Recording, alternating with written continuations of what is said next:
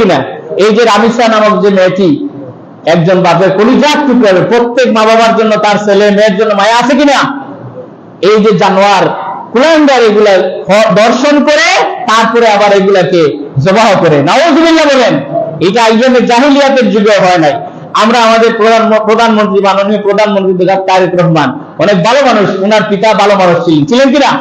ওনার পিতা বিসমিল্লাহির রহমানির রহিম সংবিধানের উপরে লিখেছিলেন, এমনকি পার্লামেন্টের উপরেও বিসমিল্লাহির রহমানির রহিম ওনার পিতা রেখেছিলেন, এবং স্বাধীনতার ঘোষক ছিলেন। আলহামদুলিল্লাহ বলেন। উনি ভালো মানুষ ছিলেন, আপাত মস্তক। ওনার জানাজায় হাজার হাজার লাখ মানুষ হয়েছে, আলহামদুলিল্লাহ বলেন। এরপরে ওনার মাও ভালো মানুষ ছিলেন। আমরা যতদূর জানি ওনার একটা মেয়ে আছে কিনা? ওনার মেয়ে আছে, তাহলে অবশ্যই মেয়েদের জন্য দরদ আছে কিনা? আমরা বলবো যে দর্শনের যে আইন যেটি, এটি কয়েকদিন নিয়ে যায়, বছরের পর বছর চলে যায় এটাকে তদন্ত করার জন্য। আর দর্শিতা যারা হয় তদন্তে পুলিশের কাছে বলতে হয়, তারপরে আদালতে বলতে হয়, এটা শরম লাগে কিনা? এই জন্য এই আইনটি যেন 2 সপ্তাহের ভিতরে তদন্ত করে এই আইনটি মাননীয় প্রধানমন্ত্রী যেন মৃত্যুদণ্ডের আইনটাকে পাশ করেন। বলেন আলহামদুলিল্লাহ।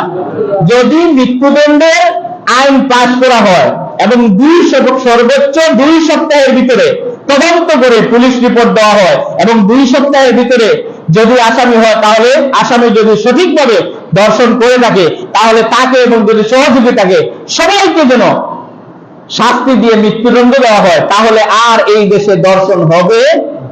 বলেন হবে? আর এই আইন পাশ করলে হিন্দু, বৌদ্ধ, খ্রিস্টান সবাই শান্তি পাবে কিনা? এই জন্য ইসলামের সব আইন ভালো। ইসলামের আইনগুলো পাশ করলে সবাই শান্তিতে থাকবে।